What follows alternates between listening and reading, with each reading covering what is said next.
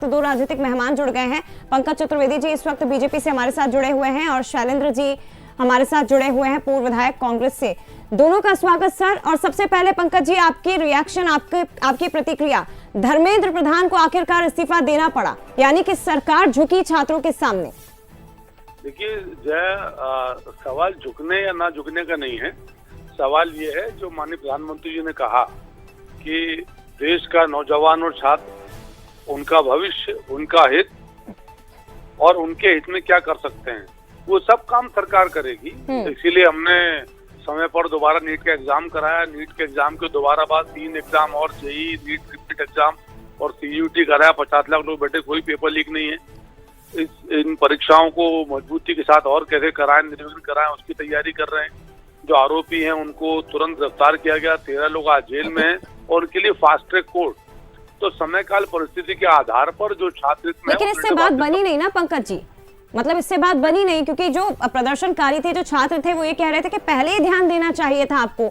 अब जाके सरकार जागी है, इतना लंबा दिन, इतना लंबा वक्त लेना पड़ा। देखिए जया, बात बनने बिगड़ने का विषय नहीं। बात यह है कि जो चीज हमारे नौजवानों के हित में, वो काम सरकार करेगी। आप सोचिए, प्रधानमंत्री जी स्वयं मोर्चे पर आकर केंद्रीय मंत्री चर्चा कर रहे हो, तो हम तो इस विषय पर पहले दिन से गंभीर हैं। और जब छात्रों ने बात करने को कहा तो तुरंत बात करने को तैयार हैं, और पहले भी तैयार थे, आज भी तैयार हैं। संवाद, समन्वय और सामंजस्य हमारी नीति है। ठीक है, शैलेंद्र जी हमारे साथ जुड़े हैं। शैलेंद्र जी, छात्रों के साथ साथ विपक्ष की भी ये प्रमुख मांग थी कि धर्मेंद्र प्रधान का इस्तीफा होना चाहिए, और आज ही राहुल गांधी ने भी ये बात रिपीट की थी। इस्तीफा हो गया आखिरकार? देखिए, देर आए दुरुस्त आए, अब जाके धर्मेंद्र प्रधान जी का इस्तीफा हुआ। जब कुर्सी हिलने लगी तो आपने इस्तीफा लिया, जब छात्र आंदोलित हुए तो इस्तीफा लिया, जब सिस्टम में फेलियर हुआ, जब तक तो सरकार सोती रही, धर्मेंद्र प्रधान को बचाती रही। लगातार छात्र मांग कर रहे थे, अगर उनमें जरा सी भी गैरत होती तो पेपर लीक होने के बाद कुछ स्टेप लेते, खुद मंत्री जवाबदार और जिम्मेदारी लेते। लेकिन लगातार पेपर लीक होने के बाद मंत्री कुर्सी से चिपके हुए थे।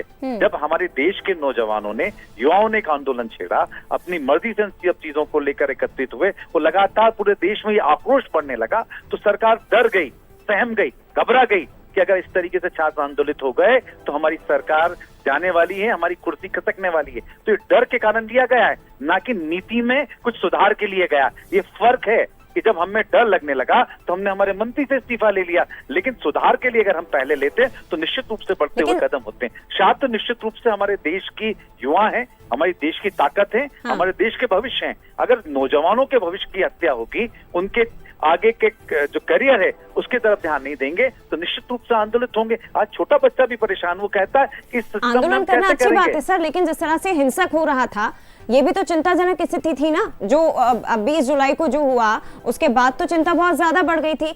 आप विपक्ष के नाते एक मजबूत भूमिका निभा रहे थे, लेकिन सुझाव आपको भी तो सरकार को देना चाहिए ना कि आप शिक्षा में सुधार के लिए क्या कर सकते हैं। निश्चित रूप से जो पहली बात कही गई थी, कहा गया था कि पहले तो जो व्यवस्थापक है, कौन जिम्मेदार होगा। हमारे प्रजातंत्र में, संवैधानिक व्यवस्थाओं में अल्टीमेटली सरकार जिम्मेदार होती है और उसका मंत्री जिम्मेदार होता है। और जिम्मेदार आदमी को सजा ना देते हुए नीचे के लोगों को हम लगातार सजा देंगे तो सिस्टम नहीं सुधरेगा। हमारी पहली मांग थी कि धर्मेंद्र प्रधान जी से इस्तीफा करें और उसके बाद हम संसद में बात करेंगे। निश्चित रूप से हमारे नेता CLP हैं, उन्होंने ये बात की थी, और उसके बाद अब संसद में बात करेंगे। सुधार के हम लगातार जो जितने भी हमारे पास मसौदे हैं, हम सबके सब प्रस्तुत करेंगे। आज के युवा क्या अब बिना हंगामे के सदन में चर्चा होगी सर? जी, अब बिना हंगामे के सदन में चर्चा होगी, क्योंकि पहले यही मांग थी कि धर्मेंद्र प्रधान का इस्तीफा, उसके बाद सदन में चर्चा होगी। निश्चित रूप से जो 3 मांगे थी, जो लगातार छात्र भी कर रहे थे और कांग्रेस पार्टी भी और पूरा विपक्ष, कोई पार्टी वाली बात नहीं थी। इस समय जो बात थी कि जो सत्ता में बैठे हुए हैं, जो कि सिस्टम संभाल रहे हैं, वो अगर कहीं न कहीं चूक कर रहे तो हमारा धर्म था, हमारा कर्तव्य था कि हम सब लोग विपक्ष की भूमिका निभाएं और उन्हें मजबूर करें कि वो अपनी सरकार में कुछ सुधार लेकर आए, क्योंकि हमारी भी ड्यूटी है। ये देश हम सबका है, कोई किसी एक व्यक्ति, एक सरकार का नहीं है। और हम सब लोग उसी लिए आंदोलन जो हमारे छात्र कर रहे थे उनके साथ थे, और निश्चित रूप से हमारी सकारात्मक भूमिका रहेगी, हमारे सजेशन सरकार को रहेंगे। अब उनको इम्प्लीमेंट करने की बारी। ठीक है पंकज जी। जी, अब तो विपक्ष कह रहा है सर वो आपके साथ खड़ा हुआ है, मतलब वो सजेशन देने के लिए भी तैयार है आपको। नहीं, ये तो खड़े लेकिन दबाव तो विपक्ष की तरफ से भी था ना सरकार पर। नहीं जय जी, मैंने आपसे आग्रह किया कि भारतीय जनता पार्टी तो सिर्फ विपक्ष से पूछना चाहती है, ये साथ खड़े कहाँ, ये तो अड़े हुए हैं ना। और आप देखो कि ये पहला विषय नहीं है। राहुल गांधी जी के कार्यकाल के पूरे लोकसभा के सत्र आप देख लो, हर सत्र में एक न एक विषय जो है जो सदन को भावित करना, हम तो ये पूछना चाहते हैं कि श्रीमान राहुल गांधी जी सदन में चर्चा करने से क्यों कतराते हैं। बीजेपी के सांसदों ने धारा 193 में इस विषय पर, पेपर के विषय पर चर्चा का नोटिस दिया लोकसभा में, जिसमें चर्चा होती है आवश्यक और तत्काल आवश्यकता के मुद्दों पर। लेकिन राहुल गांधी जी की तरफ से आज तक, अभी तक, जब तक मेरी और आपकी बातचीत हुई जय जी, कोई लिखित नोटिस नहीं है। वो नेता प्रतिपक्ष हैं, संविधान नियम कायदे कानून से चलता है, लेकिन राहुल गांधी जी चाहते हैं कि उनकी मर्जी से सदन चले। तो ये तो बाबा साहब अम्बेडकर का संविधान, उसका पालन तो हमको सबको करना है, राहुल जी को करना है, हमको भी करना है। तो विपक्ष क्या करता है क्या नहीं करता जय जी, ये उनकी सोच है। और भारतीय जनता पार्टी की सोच बहुत स्पष्ट है। देश का छात्र, देश का नौजवान हमारे परिवार का हिस्सा है, उनके हित में जो श्रेष्ठ होगा वो हमने पहले भी किया और आगे भी करेंगे। पंकज जी, एक और सवाल है मेरा जी। मैं आती हूँ सर आपके पास, कुछ प्रतिक्रिया इस वक्त आ रही है। क्या कहते थे ये, क्या कहते थे, इस सरकार में इस्तीफे नहीं होते। क्या कहते थे, इस सरकार में इस्तीफे नहीं होते। हम कहना चाहते, झुकती है दुनिया, झुकाने वाला चाहिए।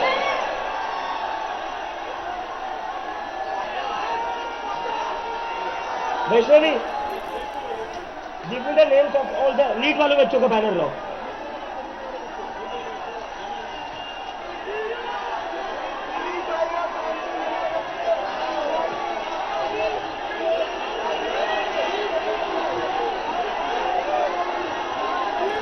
तो अभिजीत दीपके आपको इस वक्त नजर आ रहे हैं, कॉकरोच जनता पार्टी के संस्थापक, और देखिए कितनी खुशी नजर आ रही है। ये यूथ, ये जो तमाम युवा हैं, इन्होंने झुका दिया है सरकार को। और वो लाइन आपने सुनी जो अभिजीत दीपके ने सबसे पहले कही, ये उन सभी बच्चों के लिए जिनकी जिंदगी धर्मेंद्र प्रधान ने लिए थी। प्रदीप मेघवाल, ऋतिक मिश्रा, सिद्धार्थ हेगड़े, भाग्यश्री, अंशिका पांडे, उमेश माली, रेणु मीना, रिया कुमारी थापा, शिवानी यादव, अनु गिरना, काहन पटेल, आकांक्षा चतुर्वेदी, रीमा बेगम, मैथिली अशोक सोनवणे, अवंतिका मौर्य, जतिन कुमार, गोपिका, शेख सना, वेत्रियानंदम, ये वो बच्चे हैं जिनको आज न्याय मिला है। मैं चाहता हूं,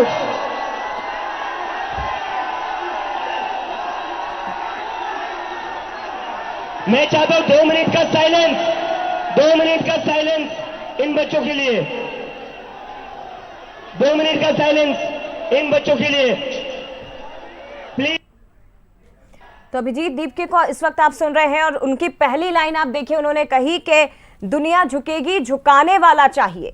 क्या कहते थे कि इस सरकार में इस्तीफे नहीं होते। देखिए हमने दिलवा दिया, और एक बहुत बड़ी जीत के तौर पर इसे सीजेपी की माना जा रहा है, क्योंकि जैसे ही धर्मेंद्र प्रधान का इस्तीफा हुआ, दूसरी तरफ सीजेपी का भी पहला रिएक्शन यही आया, कॉकरोचेस वॉन, डेमोक्रेसी वॉन, जय हिंद। ये उन्होंने एक्सपोज करके कॉकरोच इस बैग के जरिए लिखा गया है। तो ये बहुत बड़ी खबर है कि धर्मेंद्र प्रधान ने इस्तीफा दिया है।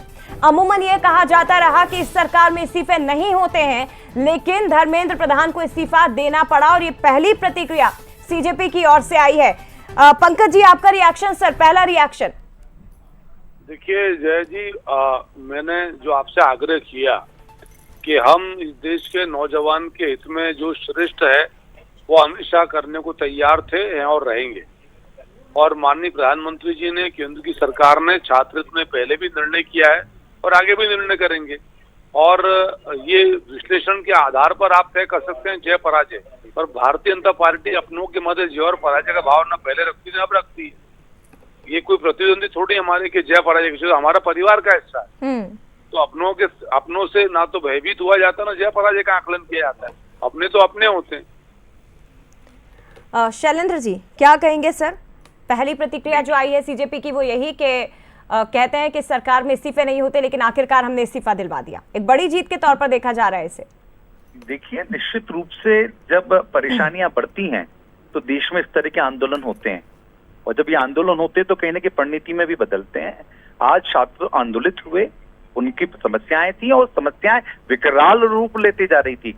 वो बढ़ने घटने की जगह बढ़ती जा रही थी लगातार, उसमें कोई रोकथाम नहीं हो रही थी, क्योंकि सरकार ने आंख में पट्टी बांध रखी थी और हठधर्मिता कर रही थी कि नहीं, हमारा मंत्री इस्तीफा नहीं देगा। लेकिन जब इस आंदोलन ने उग्र रूप लिया, जो कि नहीं होना था, उग्रता को कोई कांग्रेस पार्टी या कोई भी दल हम उसको कभी भी अलाउ नहीं करेंगे कि हमारे जीवन काल में ये होना चाहिए। लेकिन वो जब छात्र आंदोलित हुए, सरकार डरने लगी। ये डर का निर्णय है। अगर अपने परिवार के थे, अपने बच्चे थे, तो जब वो पहले कह रहे थे, प्यार से कह रहे थे कि है प्रधानमंत्री जी, हमारे अगर अब परिवार के ही हैं तो आप हमारी बात सुन लें, फिर क्यों नकार रहे थे? आप लगातार जिद पे थे कि नहीं, धर्मेंद्र प्रधान का इस्तीफा नहीं होगा, नहीं नहीं नहीं। लेकिन जब वो आंदोलित हुए तो आपने कहा, और आप कह रहे हैं कि हमारे परिवार के थे, तो जब क्या हुआ तो और अब क्या हो गया? सभी आंदोलन के कारण हुआ। और लगातार जो इसका पैमाना, आम लोग जो नाराज हो रहे थे, अभिभावक नाराज हो रहे थे, देश में भारतीय जनता पार्टी की सरकार के खिलाफ आक्रोश बढ़ रहा था कि ये सरकार किस तरह की चल रही है। एक तरीके से तानाशाही रवैया सरेआम दिख रहा था, लगातार अन्य मुद्दों पे नहीं जाना चाहता। मैं आज छात्रों के ऊपर रहना चाहता हूं कि अगर भविष्य खतरे में रहेगा, एजुकेशन सिस्टम फेलियर में हो जाएगा, लगातार करोड़ों अरबों रुपए पालक खर्च करते हैं अपनी जेबों से कमा कर अपने बच्चों की, और वो भ्रष्टाचार के रूप में चले जाएंगे, पेपर लीक के रूप में चले जाएंगे, नौकरियां बिकेंगी, तो देश कैसे चलेगा? कहीं ना कहीं असमानताएं बढ़ेंगी। और आज इन छात्रों की मांग मानी है। निश्चित रूप से जब भी कोई आंदोलन होते हैं और इस तरह की चीजें होती हैं तो यह ठीक बात है कि उनकी बात मानी जाए, और आज उस बातों को मानी गई है। लेकिन विपक्ष के हाथ भी तो एक बहुत बड़ा मुद्दा लगा ना सर। सवाल तो लगातार इस प्रदर्शन को लेकर ये भी उठते रहे कि राहुल गांधी क्यों नहीं सीजेपी के पास गए, या उस मंच पर क्यों नहीं गए, जंतर मंतर पर क्यों नहीं पहुंचे, वो अपना एक अलग प्रदर्शन क्यों कर रहे हैं, आप अपनी एक अलग लाइन क्यों खड़ी कर रहे हैं? देखिए, अलग लाइन की बात नहीं, जो भी विपक्ष के सांसद, उनका रोल क्या है? लगातार सांसद में लेकर, चाहे सांसद का द्वार हो, चाहे कहीं और की बात हो, चाहे गांधी जी के असोसिनेशन स्थल पे जाने की बात हो, या प्रधानमंत्री आवास तक जाने की बात हो, ये एक सांसद का, नेता प्रतिपक्ष का जो अधिकार है, उस अधिकार का उन्होंने उपयोग किया। वो सारा विपक्ष उसके साथ में है। ये लगातार जहां हमें मौका मिला है, जो सांसद है, उस सांसद के माध्यम से जहां कानून बनते हैं, जो देश का सर्वोच्च प्रजातंत्र का मंदिर है, उसमें लगातार उसका प्रयास राहुल गांधी जी कर रहे हैं, और लगातार उस मुद्दे को आप देख रहे हैं, लगातार उस बात को उठा रहे हैं। और राहुल जी ने एक विपक्षी सांसद होने के नाते, एक नेता प्रतिपक्ष होने के नाते, और तमाम अन्य दलों को भी, चाहे मैं बात करूंगा, सब लोगों ने इस सरकार के इस रवैये से सख्त नाराज थे, उनकी हठधर्मिता से। वैसे ही कई मामले आ चुके हैं, लेकिन उन मामलों पे जाकर आज विषय को विषांतर मैं नहीं करना चाहता। लेकिन उन सब के लिए आज जो दबाव बनाया है, छात्रों का अपना दबाव था, लेकिन धर्मेंद्र प्रधान जी का इस्तीफा हुआ।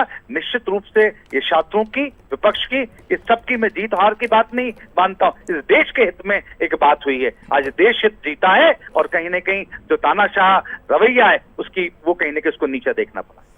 ठीक है, बने रहिएगा शैलन जी। लेकिन एक बार फिर से जो दर्शक हमारे साथ जुड़े, उन्हें जल्दी से ये बड़ी खबर बता देते हैं कि धर्मेंद्र प्रधान ने आखिरकार इस्तीफा दे दिया है।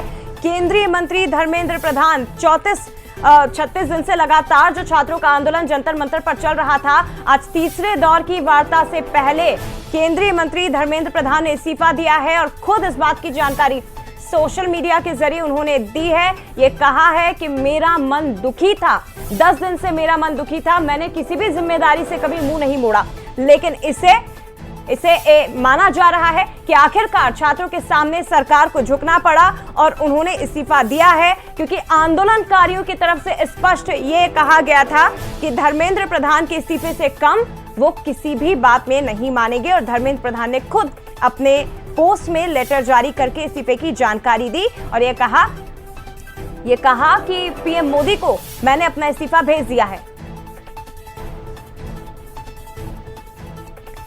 तो ये बड़ी खबर है इस वक्त की। सीजेपी की ओर से भी कहा गया कि धर्मेंद्र प्रधान के इस्तीफे के बाद उन्होंने इसे अपनी बहुत बड़ी जीत बताया है, क्योंकि पार्टी पिछले 36 दिन से प्रधान के इस्तीफे की मांग पर अड़ी हुई थी, और ये सब शुरू हुआ नीट पेपर लीक के बाद।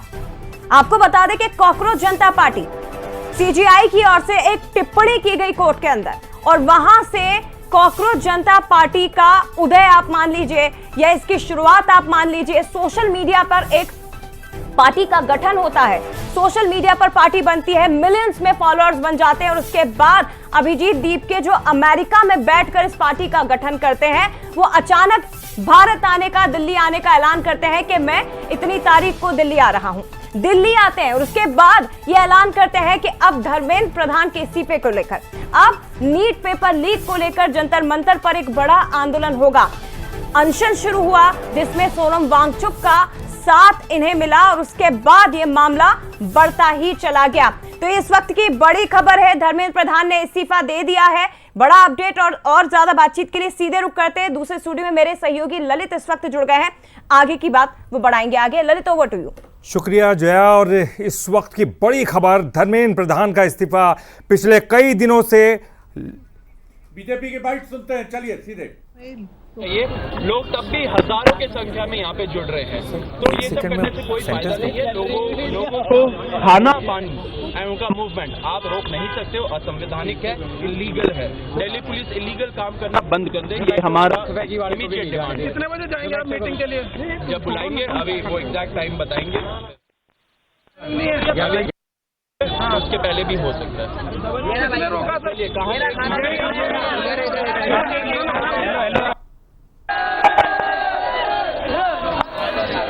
तो देखिए, सीजेपी की तरफ से अब ये जश्न का माहौल साफ तौर पर दिखाई दे रहा है। जंतर मंतर पर जितने भी छात्र मौजूद हैं वो इस वक्त जश्न के माहौल में डूबे हुए हैं। तो ये कहा जा सकता है कि यहाँ पर बैकफुट पर सरकार है। सरकार अगर पहले ये निर्णय लेती तो अलग कुछ विषय हो सकता है। एक बार फिर से सुन लेते हैं हम क्या कुछ कह रहे थे। पानी और खाना खाना, क्या दिल्ली पुलिस वंचित करना चाह रही है लोगों को और मारना चाह रही है कि खाना पानी ना मिले उनको? दिल्ली पुलिस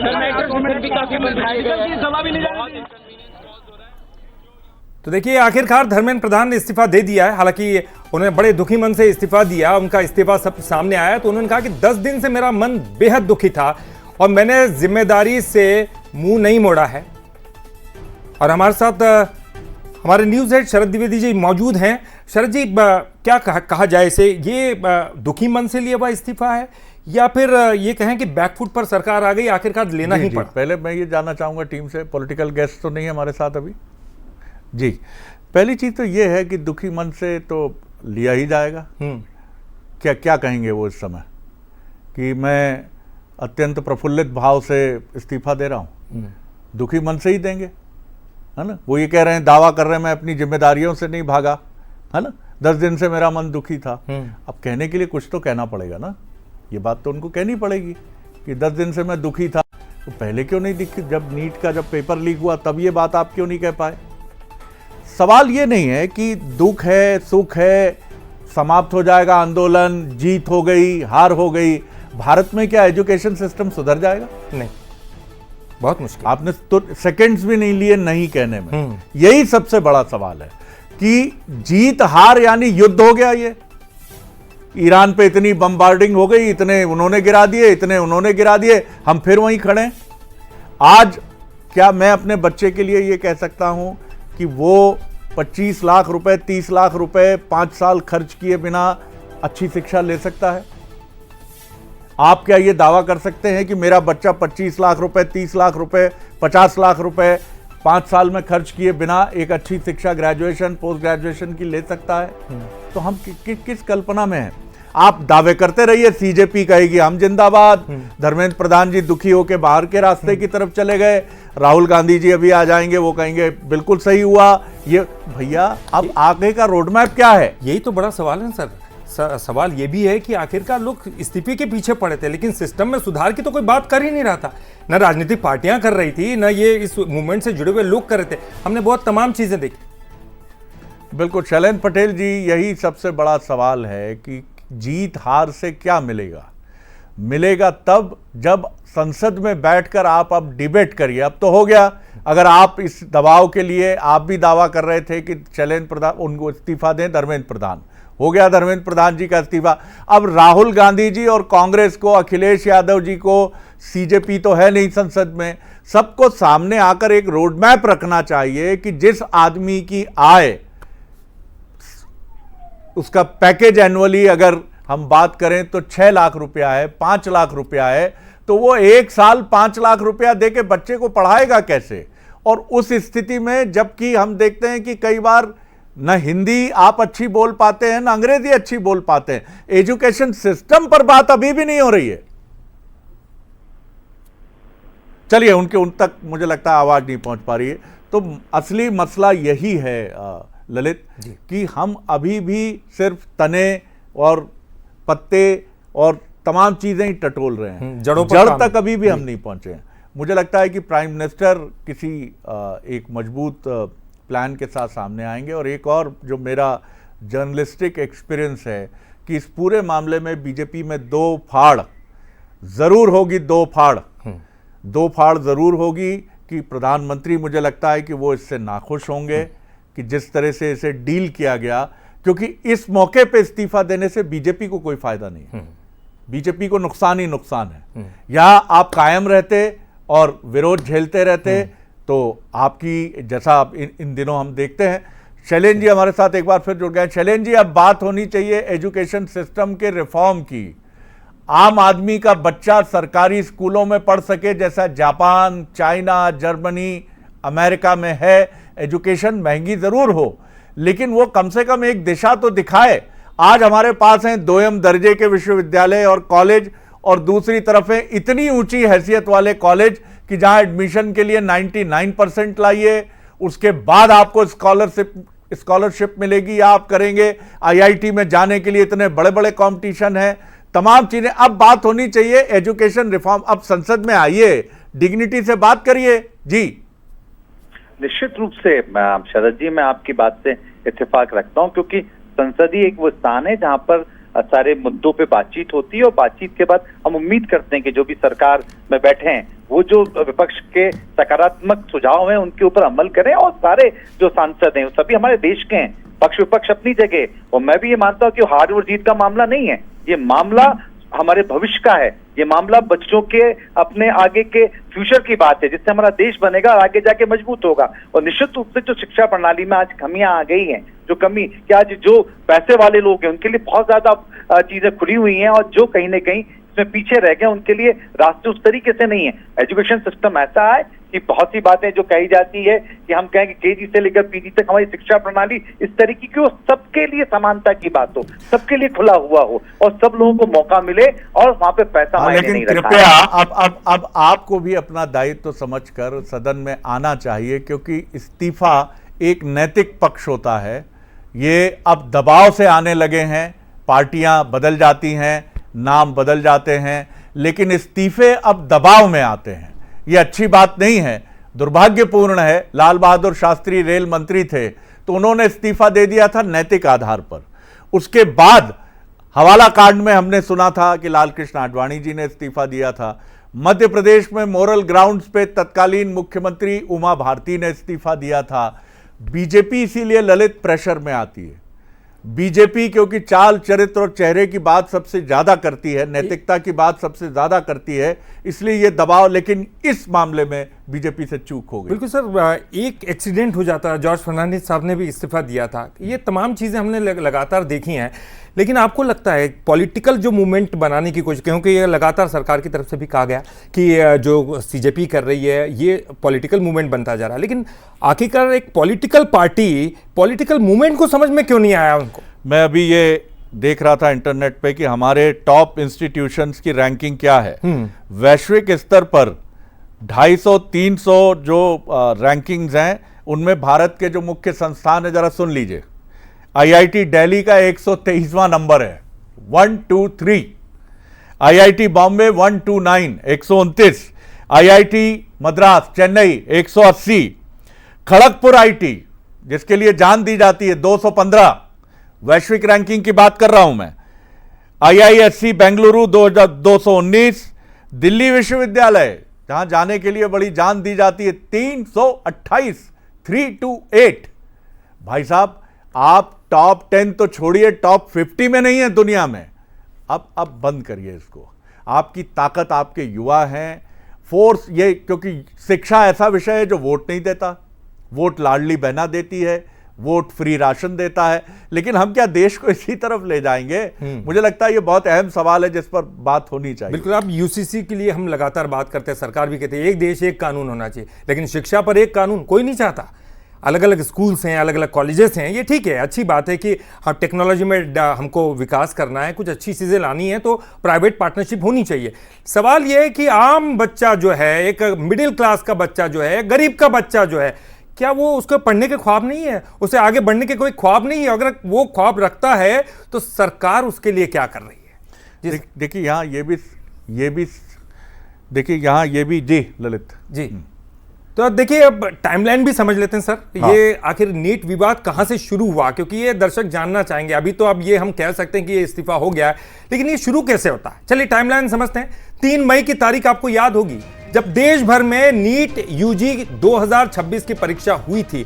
शायद तब किसी को नहीं पता था कि ये 3 तारीख इतिहास में अमर हो जाएगी। 12 मई की अब घटना बताते हैं जब पेपर लीक के चलते परीक्षा रद्द की, एग्जाम की घोषणा हुई। 15 मई को बेरोजगार युवा कॉकरोच की तरह जगह जगह फैल जाते हैं। ये सीजे साहब का एक बयान था जिसको उन्होंने हाथों हाथ ले लिया। उसके बाद देखिए अभिजीत दीपसे का कॉकरोच जनता पार्टी मूवमेंट 16 तारीख को, 20 तारीख की भी आप तस्वीर देख रहे हैं। 28 को देखिए सोनम वांगचुक साहब अनशन पर बैठ जाते हैं। फिर देखिए सीजेपी ने चलो संसद मार्च निकाला, लाठीचार्ज, 20 जुलाई की घटना। 21 तारीख राहुल, प्रियंका, अखिलेश का प्रधानमंत्री आवास के बाद अचानक से हुआ प्रदर्शन, कोई अनुमति नहीं थी। 3 तारीख से ये जो घटना शुरू हुई वो 20 और 21 तक पहुंचते एक पॉलिटिकल मूवमेंट भी लेती हुई नजर आई। हालांकि कोई बड़ा मुद्दा है, छात्रों से जुड़ा हुआ मुद्दा है, इसे पॉलिटिकल मूवमेंट कहना ये बिल्कुल भी सही नहीं होगा।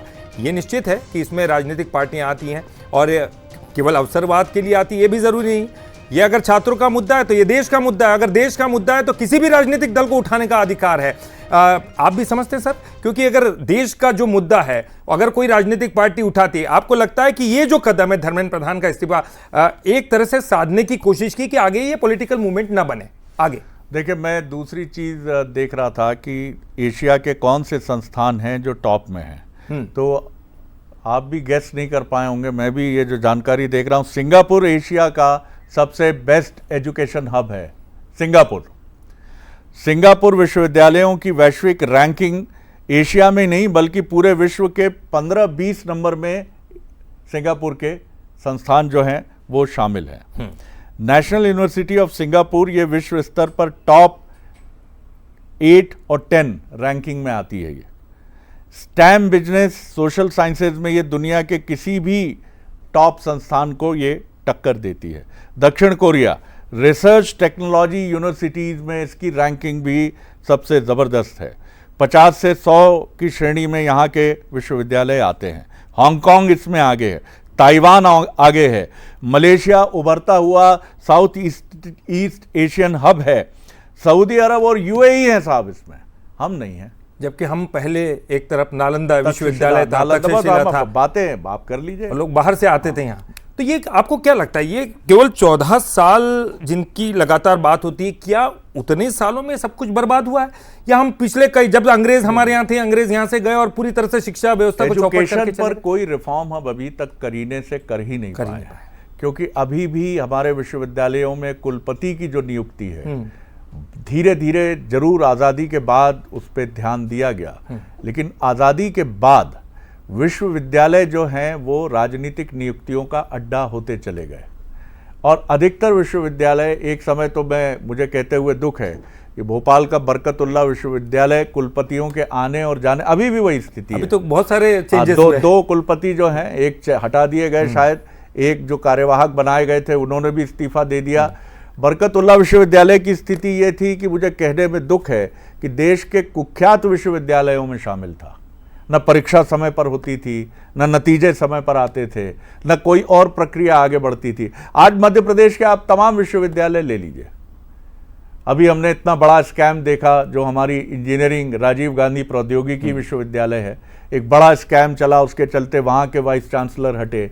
ये तमाम चीज़ें हमें चेंज करनी होंगी, हमें दुनिया के लीडिंग लोग लेकर आने होंगे।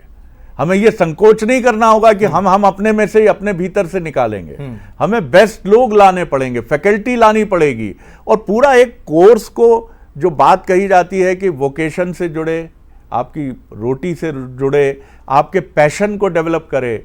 आज मैं जर्नलिज्म में हूं, लेकिन मुझे कहने में बिल्कुल संकोच नहीं कि मैंने बीएससी किया, मैंने मेंढक का मैंने डिसेक्शन किया, मैंने काकरोच काटा, जबकि मैं नहीं था उसका, मुझे चुना ही नहीं गया। मेरी गलती थी, मेरे परिवार की गलती थी, लेकिन मैं कहां जाऊंगा ये मेरे स्कूल सिस्टम को नहीं पता था जी। और आज तक 12th तक आते आते किसी बच्चे को पता नहीं होता, वहां से भी वो भ्रमित होता है कि क्या करना और क्या नहीं करना। सर एक और बहुत सवाल जो है आम व्यक्ति के जहन में जरूर आता होगा, प्रधानमंत्री ने घोषणा कर दी फास्ट ट्रैक बनाएंगे, ये भी होगा या कि जो आएगा उसको कड़ी से कड़ी सजा दी जाएगी, लेकिन हमको चोरों को पकड़ने का हमने सिस्टम तो बना लिया, चोरों को सजा देने का सिस्टम बना लिया, चोर पैदा ही ना हो, इसके लिए क्या?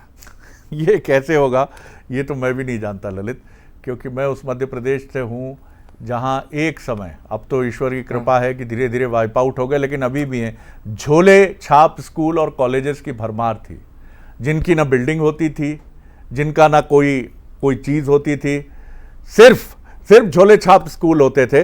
पॉलिटिक्स की अगर हम बात करें तो पॉलिटिकल लड़ाई अब फिर चलेगी, लेकिन वो एक ऐसी लड़ाई होगी जिसमें किसी की रुचि नहीं। तो कोई राजनीतिक रूप से कोई चेंजेस आपको दिखाई दे रहा? मैंने पहले कहा, जो बात जब ये घटनाक्रम सामने आया कि एक बड़ा कैबिनेट रिशफल होगा, मैं फिर ये दावा कर रहा हूँ, जितना मेरी समझ है पत्रकारिता की, कि बीजेपी में इसे लेकर कहीं ना कहीं दो फैक्शंस अलग अलग दिशा में थे। क्यों इतनी देर से धर्मेंद्र प्रधान का इस्तीफा हुआ? अगर ये होना था तो जैसे ही नीट पेपर लीक था, ये चीज करके बीजेपी लीड ले सकती थी, क्यों नहीं ली गई? और आज जब बीजेपी, आज हम सब मीडिया में बैठ के ये विश्लेषण कर रहे हैं कि दबाव में इस्तीफा हुआ है, ऐसा क्यों हुआ?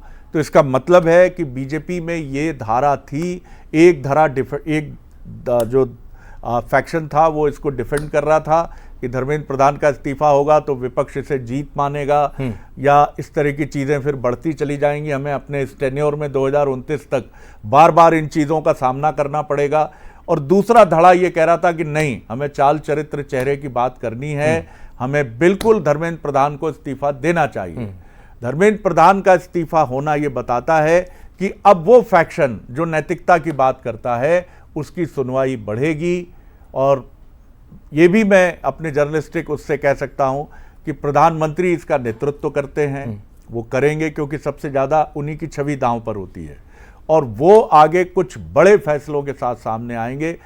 केंद्रीय मंत्रिमंडल का जो रिशफल है बेहद चौंकाने वाला होगा, बहुत बड़े बड़े नाम हट सकते हैं अब, और शायद वो छोटा मंत्रिमंडल लें, चुनाव के समय जब फिर समीकरण, इक्वेशन, जातिगत और ये सब मुद्दे हों तब उसकी बात वो कर सकते हैं। लेकिन अब कई बड़े परिवर्तन होंगे, सांगठनिक तौर पर बड़े परिवर्तन होंगे केंद्रीय बीजेपी संगठन में, और उसका असर हमें राज्यों में भी देखने को मिलेगा। लेकिन सर, जैसे कि आप कह रहे थे कि एक धड़ा ये सोचता है कि अगर हमने ऐसा किया तो कल को छोटी छोटी सी मांगों को लेकर सामने आ जाएंगे कि आप इस्तीफा दो, और फिर उसमें इस्तेमाल किए जाएंगे किसान भी, उसमें इस्तेमाल किए जाएंगे बच्चे भी। कई बार ये भी होता है कि ये बच्चों का मूवमेंट है, ये सरकार उसको विफल रही है उसमें कि वो नहीं आंक पाई कि ये मामला कोई छोटा नहीं है, ये जुड़ा हुआ है। ललित, उसमें विफल नहीं रही। दरअसल एक डिलेमा होता है, एक दुविधा होती है क्या कि हम क्या करें। जब मैं कह रहा हूं कि डिबेट बराबर चलती है, देखिए जैसे हम कहते हैं ना कि परिवार में भी आपने कहा कि साहब ये निर्णय ठीक है, पिताजी कहते हैं ऐसा नहीं होना चाहिए, तो आप कहते हैं नहीं ऐसा होना चाहिए, या आपकी मदर कुछ अलग राय रखती हैं। बीजेपी परिवार में भी इसे लेकर बहस हुई होगी, लेकिन बीजेपी की ये कोशिश रही इस पूरे मूवमेंट को लेकर कि श्रेय कांग्रेस को ना जाए, अपोजिशन को ना जाए, इसीलिए उन्होंने वांगचुक को बहुत इंपॉर्टेंस दी। शुरू से वांगचुक को इंपॉर्टेंस इसलिए दी कि उन्होंने आज सबसे बड़ा नेता बना दिया है सोनम वांगचुक को। और मैं तो ये भी कहता हूं कि हो सकता है आगे जाकर हम किसी वो भविष्य की बात है, छोड़िए उस पर अभी टीका टिप्पणियां अटकलें लगाने की जरूरत नहीं है, लेकिन सरकार आज ये कहने की स्थिति में है कि हमने ये प्योरली वो युवा जो जेन्युइन युवा थे, जिन्हें भ्रमित करने की कोशिश जंतर मंतर और दिल्ली में की जा रही थी, हमने उससे इन बच्चों को बचाने के लिए ये डिसीजन लिया है, किसी पॉलिटिकल के लिए नहीं लिया हमने डिसीजन। ठीक सर, हम थोड़ा अपने दर्शकों को कुछ और जानकारी देते हैं, और आज तक नैतिक जिम्मेदारी लेते हुए कितने कितने मंत्रियों ने इस्तीफा दिया, केंद्रीय मंत्रियों की बात कर रहा हूं अभी तक की स्थिति में। चलिए वो जान लेते हैं कौन कौन से वो बड़े मंत्री है, बड़े लीडर्स हैं। उनमें सबसे बड़ा नाम तो लाल बहादुर शास्त्री जी का है।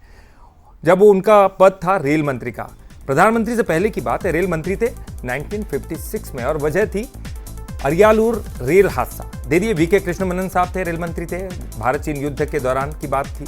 माधवराव सिंधिया साहब थे, नागरिक उड्डयन मंत्री, इंडियन एयरलाइंस हादसा हुआ, उन्होंने इस्तीफा दे दिया नैतिकता के आधार पर। नीतीश कुमार साहब थे, रेल मंत्री थे 1999 में, और 280 मौतें हुई थी रेल दुर्घटना में, और उन्होंने नैतिकता के आधार पर जिम्मेदारी लेते हुए। सर मैं ये इसलिए बहुत इंपॉर्टेंट हो जाता है ये, जब हम नैतिकता की बात करते हैं, क्या राजनीति में नैतिक मूल्यों का पतन होते जा रहा है पिछले कई सालों से? अगर, क्योंकि ये कहना नहीं चाहिए, लेकिन हो सकता है कि उसके कारण राजनीतिक हो या सामाजिक समीकरण इस तरह से बदल रहे हैं। कुछ और नाम भी सूची में शामिल हैं। शिवराज पाटिल हैं, पूर्व गृह मंत्री रहे। 26 नवंबर 2008 को मुंबई में हुए भीषण हमले के बाद, आतंकी हमला जो था, उन्होंने नैतिक जिम्मेदारी की बात कह के इस्तीफा दिया था। सुरेश प्रभु थे, पूर्व रेल मंत्री हैं। 2017 में उत्कल एक्सप्रेस और कैफियत एक्सप्रेस के एक बाद एक हुए रेल हादसों की जिम्मेदारी लेकर टीटी कृष्णामाचारी हैं। 1958 की बात है। स्वतंत्र भारत के पहले वित्तीय विवाद LIC शेयर खरीदी के तहत उनके मातहत अधिकारियों से चूक हुई थी, तो उन्होंने ये इस्तीफा दिया था। लेकिन नैतिक जिम्मेदारी जो है ललित, वो आती है आपके कैरेक्टर से। इन तमाम नामों में से इक्का दुक्का नाम हमें याद रहते हैं, लेकिन सबसे बड़ा नाम आता है लाल बहादुर शास्त्री का। क्यों? सवाल यही है कि आप जब क्रिकेट की बात करते हैं तो आपको क्यों सचिन तेंदुलकर याद आते हैं, क्यों आपको ब्रैडमैन याद आते हैं, क्यों आपको कपिल देव याद आते हैं? क्योंकि वो सिंबल हैं सफलता का भी, नैतिकता का भी, और कहीं ना कहीं एक प्रतिमान भी हैं। संघर्षों से बने। पतन की जो बात है, तो पतन तो अब कहाँ से कहाँ रसातल में चला गया है सब कुछ। लेकिन निराश होने की ज़रूरत मैं नहीं मानता, क्योंकि हर वक्त और परिस्थितियाँ पहले जैसी नहीं होती हैं। लेकिन ये सही है कि CJP को आप कितना भी खारिज करिए, लेकिन इस पार्टी को, इसका आपको ये मैसेज आपको मानना पड़ेगा, ये चीज़ आपको माननी पड़ेगी कि इन लोगों ने जिस तरह से ऑर्गेनाइज्ड होकर, जिस तरह से व्यवस्थित होकर इन्होंने अपने आंदोलन को आगे बढ़ाया, और जिस तरह से वो चीज़ों को लेकर आगे बढ़े बहुत कम समय में। आप सोचिए कि सुप्रीम कोर्ट के जस्टिस एक टिप्पणी करते हैं और वो टिप्पणी कॉकरोच, और उसको पकड़ के एक पार्टी बन जाती है। आज ये भी एक बड़ा सवाल बनता है सर, जितनी कोर पार्टियां हैं जिनको बड़े बड़े समस्याओं को उठाना चाहिए, उनकी जगह दूसरी पार्टियां रास्ता देख लेती हैं। चाहे वो कॉकरोच जनता पार्टी की अभी बनी, ठीक है, हम ये मान सकते हैं, लेकिन क्या इनके पीछे तमाम पार्टियां मजबूती के साथ खड़ी है, या फिर वो भी ये चाहेंगे कि भाई हम कोर पार्टियां हैं, हमको आगे आना चाहिए, पब्लिक के बीच में मालूम होना चाहिए कि ये कांग्रेस अगर मुद्दे को उठा रही है, आम आदमी पार्टी मुद्दे को उठा रही है? देखिए, ये कहीं युवाओं का अविश्वास, मैं ये कहूँगा कि राजनीतिक दलों को लेकर था।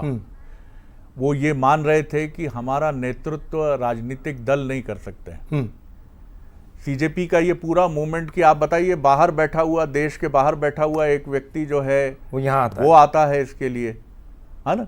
और देखते ही देखते इस आंदोलन का कोई बहुत संगठित रूप नहीं है कि इसे असम के जो वहाँ पर छात्र मूवमेंट, और जिसमें मुख्यमंत्री तक बनना पड़ा था, आसू जो छात्र संगठन था, और वहाँ से निकलकर हमने देखा कि वहाँ उन्हीं का एक नेता, बात आगे नहीं बढ़ पाई, अलग बात है। लेकिन छात्र आंदोलन बहुत महत्वपूर्ण कड़ी हैं, और मुझे लगता है कुछ इंटेलिजेंस इनपुट जो सरकार के पास थे कि इसको अगर यहीं ठीक से टैकल नहीं किया गया तो इसकी आग देश के अलग अलग राज्यों में, खासतौर से उत्तर भारत के राज्यों में, क्योंकि बिहार में इसकी आंच काफ़ी तेज थी, ये बहुत तेज़ी से फैल सकता है। और यही वजह थी कि धर्मेंद्र प्रधान जी का आनन फानन में इस्तीफा हुआ है। भले ही वो कहें मुझे दुख हुआ, 10 दिन से मैं ये पीड़ा में है कि मेरी कोई इसमें वो चीज़ नहीं थी, लेकिन तो आप नैतिकता के आधार पर दे देते पहले ही। इट इज़ टू लेट, क्योंकि अब लेकिन फिर भी इस्तीफा हुआ है, ये भी बड़ी बात है। ये हम नहीं कहेंगे कि इस्तीफा होना कोई छोटी बात है, क्योंकि भारतीय जनता पार्टी अगर इतना इंतज़ार नीट के बाद, इतने विवाद के बाद हुआ है, तो जाहिर तौर पर भारतीय जनता पार्टी का भी एक कड़ा फैसला है ये। ठीक, बिल्कुल जी। लेकिन हमने उस आंदोलन के दौरान देखा सर, कई ऐसे बच्चे थे जिनको बहुत जानकारी नहीं थी और भ्रमवश भी, और वहाँ भी जिस तरह से बातें की जा रही थी उसी हिसाब से वो वहाँ पर युद्ध, उनको लग रहा था कि हमारे साथ बहुत नाइंसाफी हो रही है। नीति परीक्षा नहीं, उनको तो पता नहीं क्या क्या चीज़ें उनके दिमाग में डाली गई थी। आपको लगता है अब ये जो, चूंकि उनका तो एक ही नारा था, धर्मेंद्र प्रधान ने इस्तीफा दे दिया, अब आपको लगता है कि अब सरकार के लिए कितना कठिन होगा, क्योंकि उस छात्र मूवमेंट को तो रोकना है। पॉलिटिकल पार्टियां आप क्या माइलेज लेंगी, दूसरी जो पार्टियां वो क्या करेंगी? उसी बात पर आ गए जो राजनीति की बात है। यानी हम भी ये नहीं चाहते कई बार कि कोई बड़ा परिवर्तन घटे, राशन मुफ्त में बंटता रहे 90 करोड़ लोगों को, लाडली बहना जैसी योजनाएं आएं और चलती रहें। हम भी ये नहीं चाहते कि हमारे बच्चे के लिए क्या इंतजाम हो। अभी भी हम उन्हीं प्रश्नों में फिर उलझ जाते हैं कि राहुल गांधी अब कैसे शेर हो जाएंगे क्या, राहुल गांधी अब ऐसे चलेंगे क्या, या फिर अखिलेश यादव ये मानेंगे क्या कि 2029 में हम कोई बड़ा परिवर्तन करने वाले हैं। ये तमाम बातें अपनी जगह हैं, ये राजनीतिक लड़ाई चलेगी, लेकिन उसके लिए जरूर ये एक अपॉर्चुनिटी है, ये एक मौका है आपको अपनी चीज को बेहतर करने का। आज भारत ने अपनी बहुत सारी चीजों को चुपचाप रह के आज़ादी के 75 साल से ज़्यादा के बाद हमने बहुत बेहतर कर लिया है। हम डिफेंस प्रणाली आज डेवलप कर रहे हैं, हम हथियार बना रहे हैं, हम आज बहुत अच्छे तरीके से मेडिकल हेल्थ में हम दुनिया में एक बड़ा नाम है, हमारे चिकित्सक, पैरामेडिकल स्टाफ। लेकिन एजुकेशन अगर जिस दिन हमने बेहतर कर लिया, हमें दुनिया के टॉप 3 कंट्रीज में आने से कोई नहीं रोक सकता। तो इस अपॉर्चुनिटी को अगर हमने फिर राजनीति की लड़ाई में मिस कर दिया, जिसकी आशंका बहुत अधिक है, तो हम फिर वहीं खड़े होंगे। तो अब आपको लगता है कि कांग्रेस ने वहां आना चाहिए, संसद में बहस करनी चाहिए, अपने सुझाव रखना चाहिए, ताकि कम से कम एक सार्थक बहस हो। सीजेपी को भी इसी एक एजेंडा के साथ आना चाहिए जी, कि आखिर हम क्यों सिंगापुर नंबर 1 है एशिया में, क्यों आपने बड़ा अच्छे तथ्य दिए सर, क्यों साउथ कोरिया नंबर 1 है, क्यों ताइवान हमसे आगे है। ये हमसे बड़े देश हैं, नहीं ताकत भी नहीं उनकी तो उतनी, इसके बावजूद। लेकिन उनकी ताकत क्या है? आज दक्षिण कोरिया अगर ऑटोमोबाइल में नंबर 1 है दुनिया में, बहुत अच्छा काम करता है, तो रिसर्च है ना साहब उसके पीछे। और रिसर्च करने वाले कहां से निकलते हैं? आप हमारी यूनिवर्सिटी के रिसर्च बता दीजिए, आप जहां से पढ़े हो, आपको याद है? मुझे बरकतुल्लाह विश्वविद्यालय का एक रिसर्च नहीं याद आता जो अंतरराष्ट्रीय स्तर पर एक्नॉलेज हुआ हो। और चलिए, रायपुर से हमारे साथ शिखर देवांगन जुड़ गए हैं, उनका हम रुख करते हैं। शिखर, आपके साथ तो वो तमाम छात्र मौजूद हैं, इस आंदोलन में पार्टिसिपेट कर रहे थे, क्या वो उसे एक जीत के रूप में ले रहे हैं, या उनका क्या विचार? ये क्या जश्न का माहौल है, या फिर हमको लग रहा है कि अब भविष्य भारत का बदलने वाला है?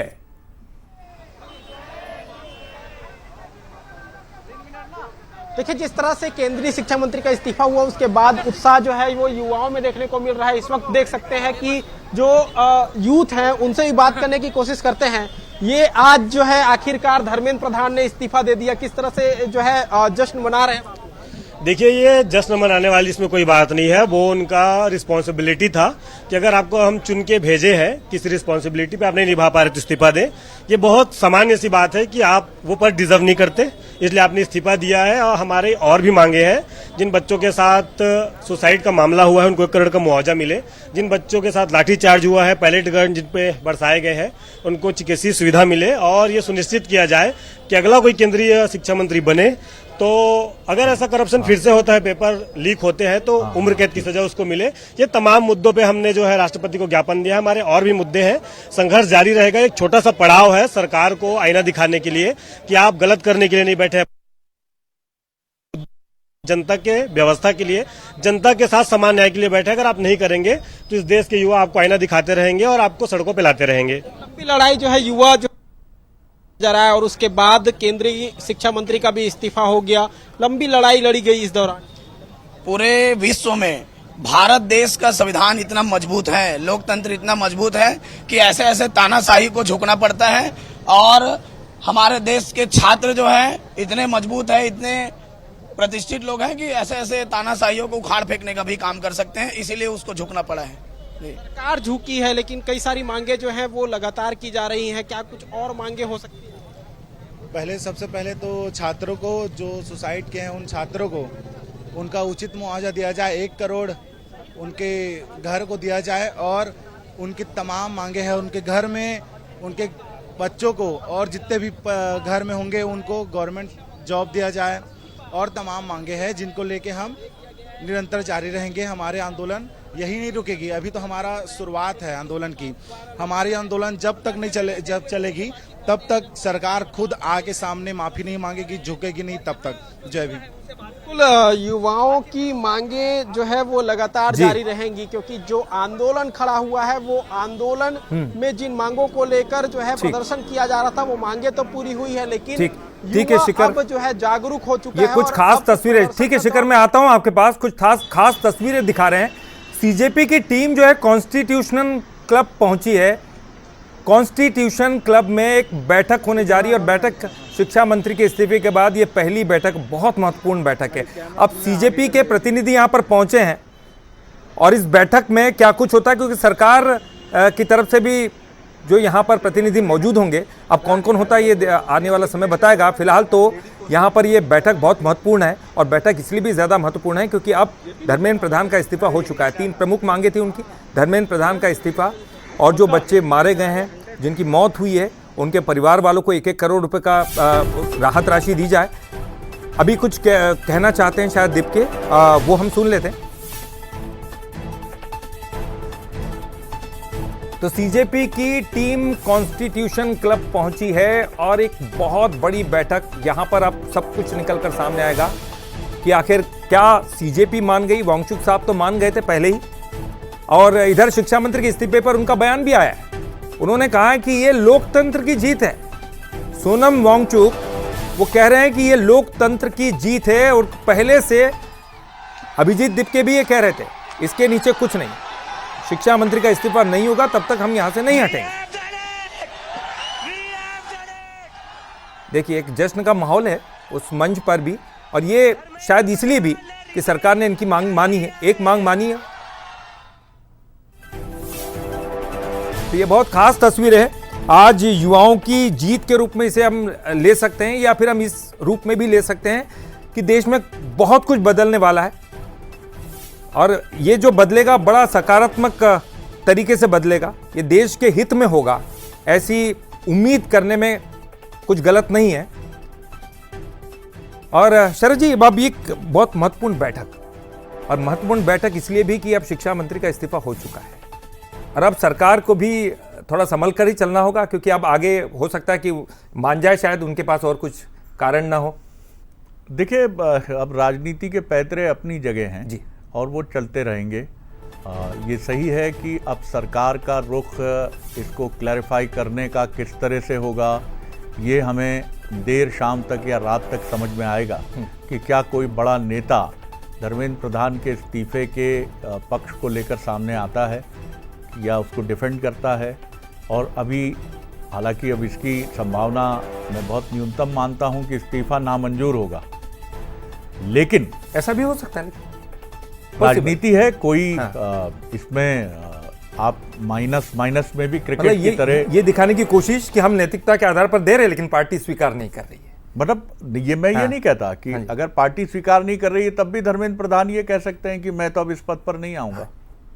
ये पार्टी ने, ठीक है, पार्टी ऐसा मानती होगी, लेकिन मैं ऐसा मानता हूं कि अब मुझे इस पद पर नहीं रहना चाहिए, मैं आहत हूं, मैं दुखी हूं, तमाम चीजें ये सब, लेकिन इसकी संभावना बहुत कम, रिमोट है। ये देखिए, ये रातों रात कौन जानता था कि लद्दाख से आने वाला ये सोनम वांगचुक नाम का व्यक्ति, मैकेनिकल इंजीनियर, जो वहां पर छात्रों का एक मूवमेंट हुआ था और जिसे लेकर ये लंबे समय तक जेल में रहे जी। और ये कहा गया कि इन्होंने कुछ इस तरह की परिस्थितियां, आरोप ये लगा कि परिस्थितियां बनाने की कोशिश की जैसी बांग्लादेश में और नेपाल में हुई, कि छात्रों के आंदोलन को एक अराजक, एनार्किस्ट तरीका इन्होंने देने की कोशिश की। लेकिन अब ये व्यक्ति चुपके से प्रवेश कर जाता है, जंतर मंतर में आता है, अपना मंतर फैलाता है और वहाँ का नेता बन जाता है।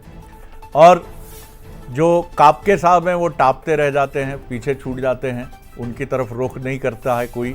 और अब सबसे बड़ा नेता यही है। इनके बारे में ये भी दावा सामने आता है कि इन्होंने अपने जितने भी पेटेंट कराए हैं, किसी भी पेटेंट नहीं कराया, अपने किसी भी इनोवेशन का, आविष्कार का इन्होंने पेटेंट नहीं कराया।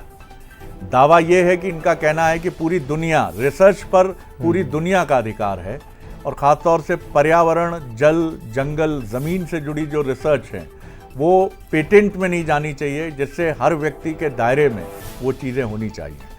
तो मुझे ऐसा लगता है कि वांगचुक एक बड़ी भूमिका में अब नज़र आ सकते हैं और हो सकता है कि बीजेपी की तरफ भी ये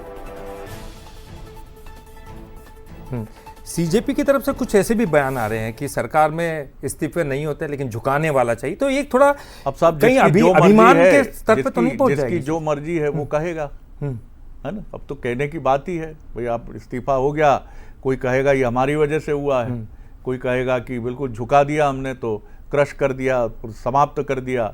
या ये भी हो सकता है कि बच्चों को समझाने का एक तरीका हो, क्योंकि वो बच्चे तो बड़े आक्रोशित नीचे आए खड़े हुए। समझने का तरीका तो जाहिर तौर पर था ही कि हम जीत गए। हाँ भाई, आपको उन्होंने, देखिए ये आंदोलन किधर चला जाता, ये यहाँ बैठ के हम अंदाजा नहीं लगा सकते थे। ऐसा नहीं था कि अनशन तोड़ने की बात से ये इस आंदोलन पे फर्क पड़ गया था, क्योंकि वहां भी ये बात होगी कि इसका सारा क्रेडिट तो सोनम वांगचुक ले जा रहे हैं। यहाँ हम ठीक है वो अनशन कर रहे हैं और इसी मांग को लेकर कर रहे हैं, लेकिन फिर भी वो बड़े हॉस्पिटल में एडमिट हैं, उनसे मिलने लोग जा रहे हैं। हमसे मिलने कौन आया? नड्डा जी तो उनसे मिलने जा रहे हैं, यहाँ हम तप रहे हैं। और ये किसी एक छात्र संगठन का, मैं अभी यही चीज देख रहा था, इसमें एक तो भीम आर्मी थी और जो छात्र संगठन थे बापसा, बिरसा अंबेडकर फुले स्टूडेंट्स यूनियन, जी बापसा, ये इसमें शामिल थी। ये जेएनयू में जय भीम के नारे, अंबेडकरवादी फुलेवादी विचार को एक मजबूत राजनीतिक विकल्प बनाने की कोशिश करने वाली पार्टी का नाम है बापसा, BAPSA। All India students association और अन्य वाम प्रगतिशील संगठन AISA, इसकी भी इसमें भूमिका रही। दिल्ली के छात्र आंदोलन में कई वामपंथी और जो खासतौर से दलित विमर्श के लिए काम करने वाली पार्टियां हैं उनकी भूमिका थी। बहुजन समाज पार्टी और बहुजन वाम का भी गठजोड़ इस पूरे आंदोलन में था। तो भले ही राजनीतिक दल नहीं थे, लेकिन सपोर्ट था। चलिए प्रियंका क्या कह रही हैं, सुन लेते हैं। Very happy for many reasons, but the main reason is that I believe today, the 25th of July 2026, is the day that the people of our country have started claiming their country back from those who have tried to destroy the Constitution, from those who have tried everything to oppress and suppress the voice of our people. I believe that this is a victory for the youth of India. I am so proud of each one of them who has gone and stood there. They have done it exactly in the way that Mahatma Gandhi taught us. They have done it non-violently. Pellet guns were fired at them. Tear gas was fired at them. They were beaten with lathis. They had injuries, serious injuries, but they did not bend. The government had to bend to their will. And that is a lesson for every ruler of this country from now to forever. You have to listen to the will of the people. In this country, this is a democracy. The will of the people is paramount. There is nothing above it. No human being, no single leader, no dictator, no force can stop the will of the Indian people. Today this has been proved by our students, by our young people.